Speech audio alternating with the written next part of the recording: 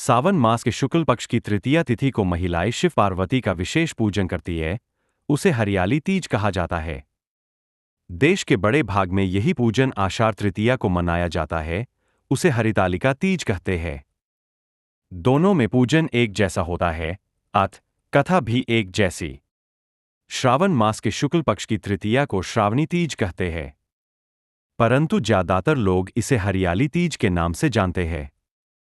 यह त्योहार मुख्य रूप से उत्तर भारत में मनाया जाता है। इस दिन स्त्रियां माता पार्वती जी और भगवान शिव जी की पूजा करती है। इस दिन महिलाएं निर्जला व्रत रखती है। इस व्रत को करवा चौथ से भी कठिन व्रत बताया जाता है। इस दिन महिलाएं पूरा दिन बिना भोजन जल के दिन व्यतीत करती है तथा दूसरे दिन सुबह स्नान और पूजा के बाद व्रत पूरा करके भोजन ग्रहण करती है। हरियाली तीज की कथा। शिवजी ने पार्वती जी को उनके पूर्व जन्म का स्मरण कराने के लिए तीज की कथा सुनाई थी।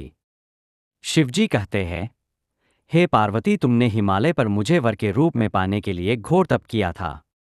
अन्न जल त्यागा, पत्ते खाए, सर्दी गर्मी, बरसात में कष्ट सहे।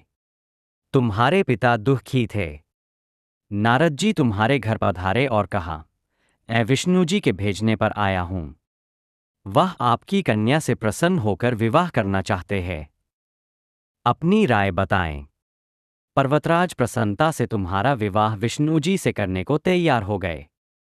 नारद जी ने विष्णु जी को यह शुभ समाचार सुना दिया, पर जब तुम्हें पता चला तो बड़ा दुख हुआ। तुम मुझे मन से अपना पति मान चुकी थीं। तुमने अपने मन की बात सहेली को बताई। सहेली ने तुम्हें एक ऐसे घने वन में छुपा दिया जहां तुम्हारे पिता नहीं पहुंच सकते थे। वहां तुम तप करने लगी। तुम्हारे लुप्त होने से पिता चिंतित होकर सोचने लगे, यदि इस बीच विष्णु जी बारात लेकर आ गए तो क्या होगा। शिवजी ने आगे पार्वती जी से कहा, तुम्हारे पिता ने तुम्हारी खोज में धरती पाताल एक कर दिया, पर तुम न मिली। तुम गुफा में रेत से शिवलिंग बनाकर मेरी आराधना में लीन थी। प्रसन्न होकर मैंने मनोकामना पूरी करने का वचन दिया। तुम्हारे पिता खोजते हुए गुफा तक पहुंचे।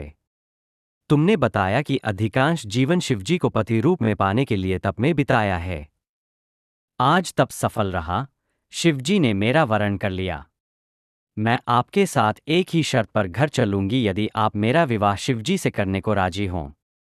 पर्वतराज मान गए। बाद में विधि विधान के साथ हमारा विवाह किया।